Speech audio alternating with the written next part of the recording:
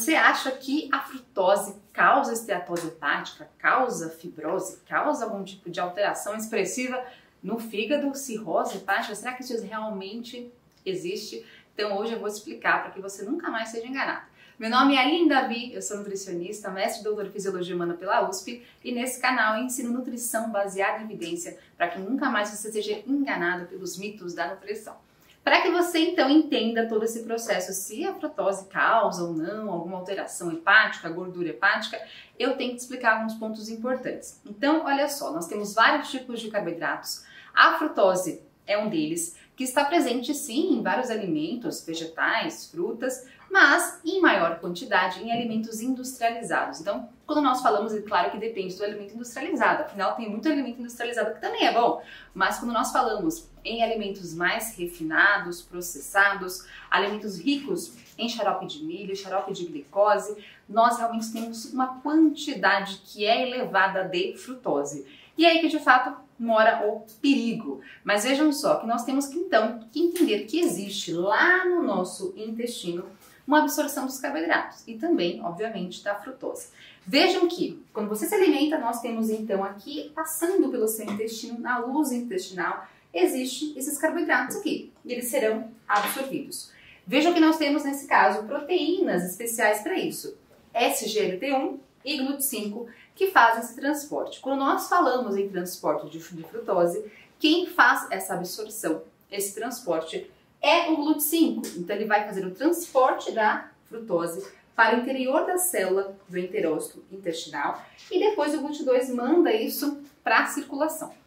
Só que o primeiro local que a gente recebe essa frutose é o fígado. Então lembrem-se que não só a frutose, mas também glicose, galactose e outros carboidratos, eles passam inicialmente pelo fígado. Nós temos um metabolismo que existe aí essa passagem inicial, essa primeira passagem que acontece no fígado. E depois o fígado vai fazer vários tipos de procedimentos para aproveitar essa frutose ou de repente fazer outras coisas como acumular em gordura ou convertê-la em glicose, enfim, tem N tipos de vias importantes para isso. Vale lembrar que o seu intestino também precisa de energia, justo, qualquer célula necessita de energia, de ATP.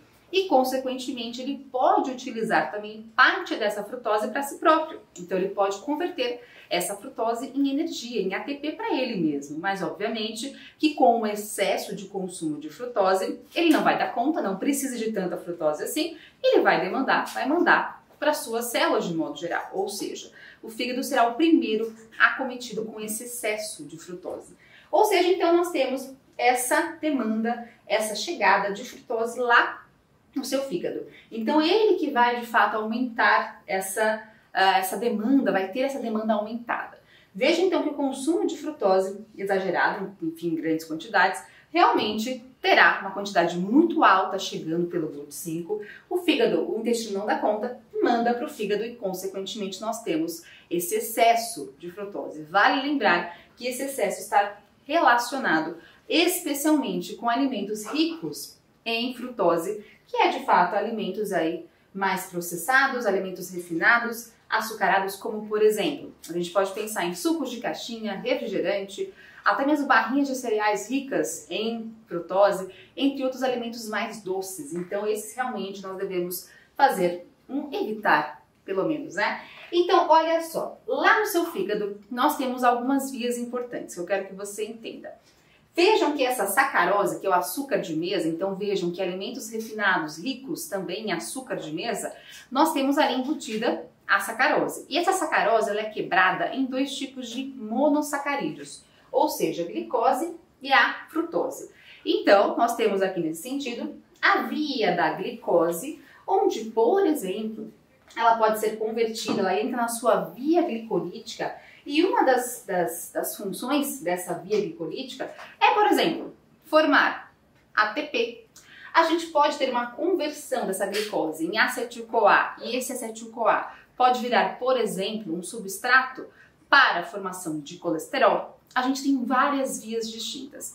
Mas o nosso foco aqui especialmente é falar o quanto então que essa via de glicose agora não é frutose, hein? Essa glicose tem várias vias, uma delas, por exemplo, é a via de produção de energia, de ATP, mas também o excesso dessa quantidade de carboidratos, também de glicose, pode ser convertido em ácido graxo, ou seja, gordura no fígado.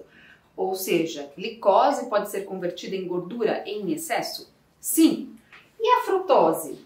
Também. Vejam que a frutose é um pouquinho diferente em comparação com a glicose. Olha só, a glicose segue a via glicolítica, pode virar gordura? Sim.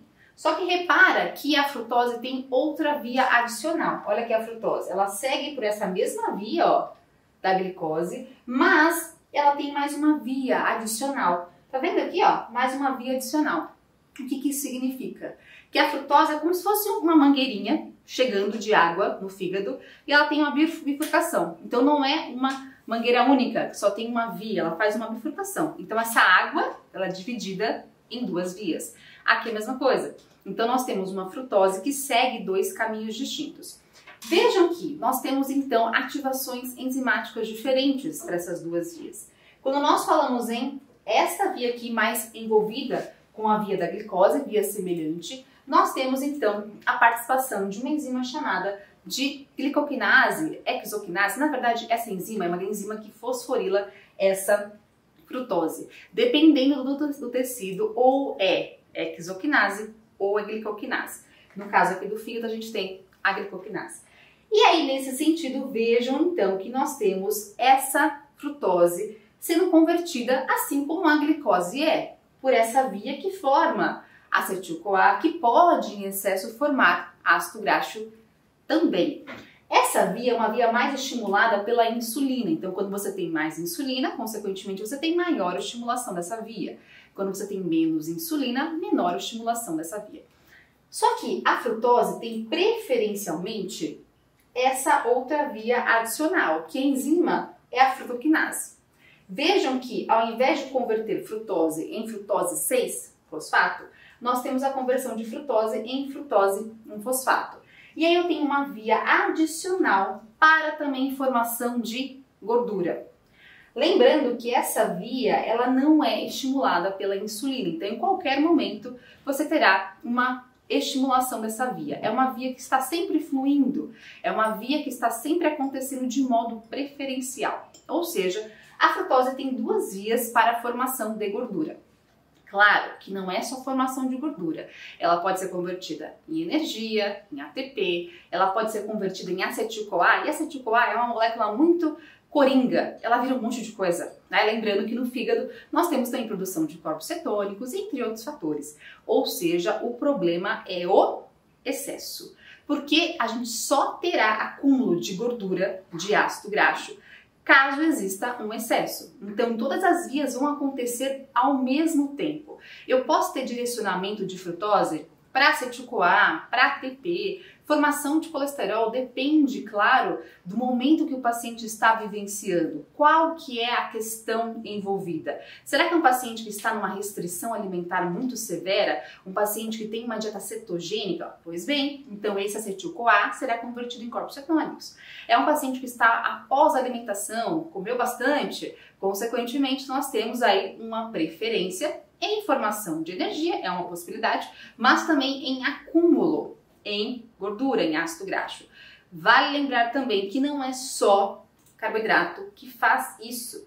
Lipídio também. Então, o excesso, o consumo em excesso de gorduras, especialmente gordura saturada, também vai vir para cá. Também vai virar gordura. Então, não coloquem apenas a culpa na frutose ou na glicose. O ponto é questão de equilíbrio. O consumo de frutose não é ruim, mas o ruim é o excesso. O consumo de glicose não é ruim, mas o ruim é o excesso. Porque o excesso eu vou acabar que estimular de produzir essa formação de ácido graxo e, consequentemente, deposição de gordura no fígado. Então, existe essa via? Sim, claro. Mas o ponto é o consumo, o quanto que isso acontece e o quanto que seu paciente está consumindo. Então, olha aqui que interessante.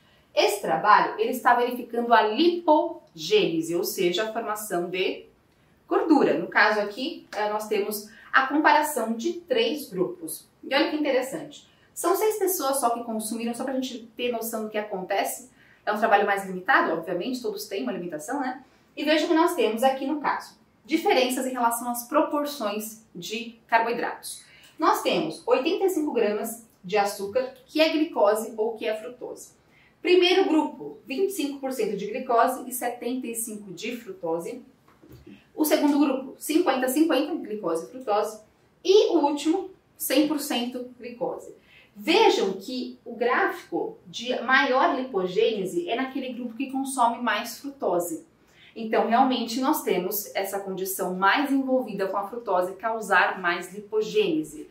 Mas lembrando, mais uma vez, que é uma questão de consumo exagerado, acima do necessário.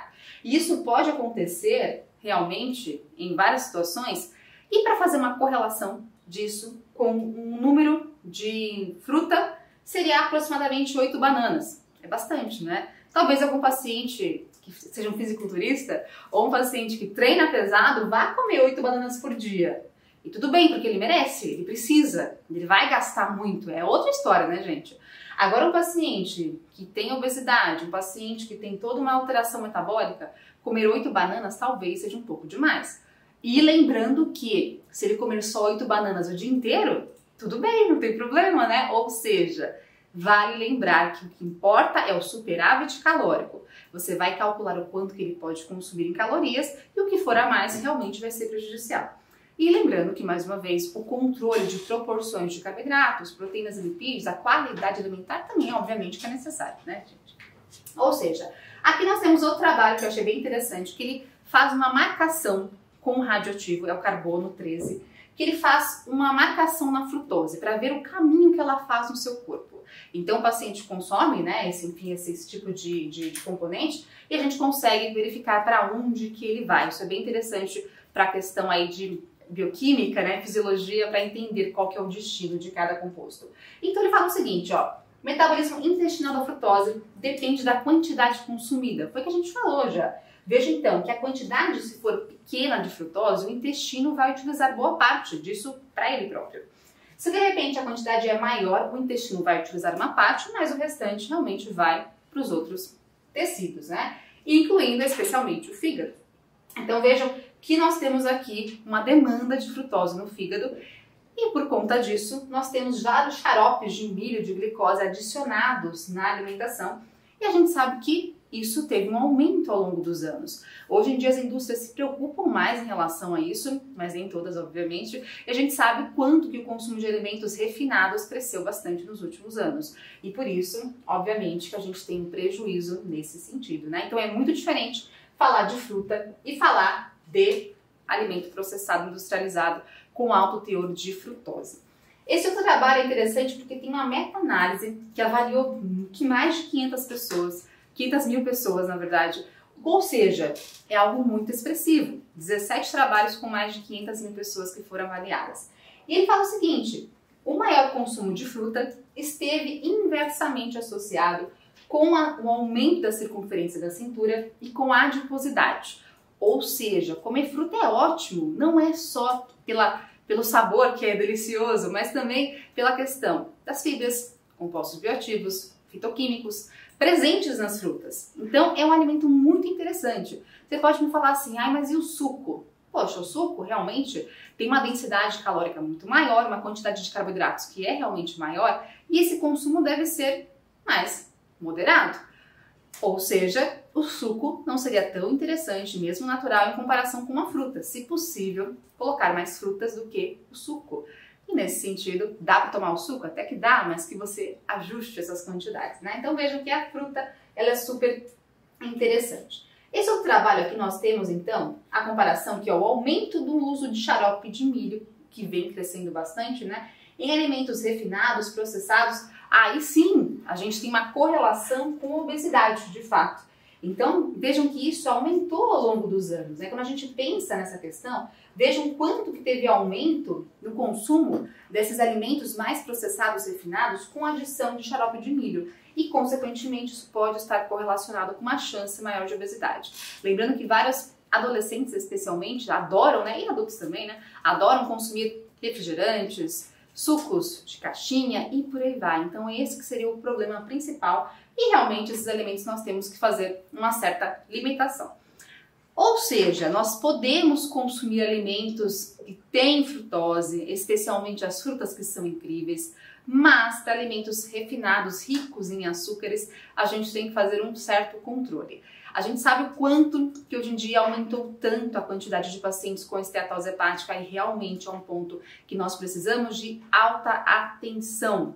Porém, não é só o carboidrato que é o culpado. O controle no consumo de gorduras também é importante, assim como o superávit calórico deve ser mais ajustado, para que você consiga, nesse paciente, muitas vezes emagrecimento, para que assim consiga ter um benefício na redução da esteatose hepática. Pois bem, se você está aqui, curte esse vídeo, compartilha com algum amigo, para que mais pessoas possam saber tratar os nossos pacientes com assertividade. E não se esqueça que terça e quinta sempre tem vídeo novo nesse canal. E se você quer aprender mais sobre nutrição todos os dias, me segue lá no Instagram.